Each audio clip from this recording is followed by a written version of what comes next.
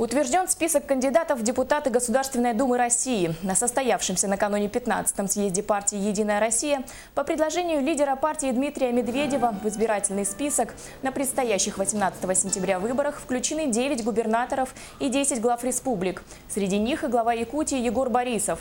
На съезде также приняли программу партии. Как отметил Дмитрий Медведев, она станет стратегией развития страны на ближайшие 5 лет, в случае, если партия добьется соответствующих политических успехов. По республике «Единая Россия» образует отдельный территориальный округ, чего ранее не было. Однако по одномандатному округу партия кандидата выдвигать не будет.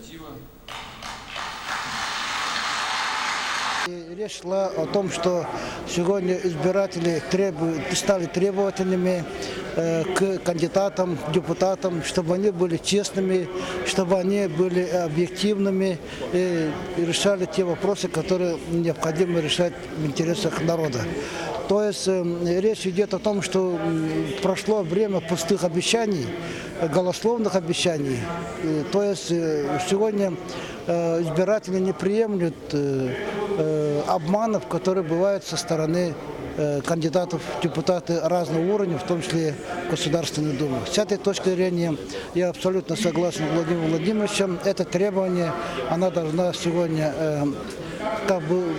воспитывать, что ли, культуру политическую и у кандидатов. Мы должны понимать, что «Единая Россия» должна идти с конкретной программой, с конкретными ориентирами на будущее страны. С этой точки зрения президент согласился с той программой, которую представил лидер партии Дмитрий Анатольевич Медведев. Предполагается, что будет подготовлена программа, еще одна дополнительная программа по переселению граждан из аварийного жилья. Для нас очень актуальный вопрос, тем более, что первая программа по этапу по состоянию на 1 января 2012 года по жилью она завершается в сентябре 2017 года.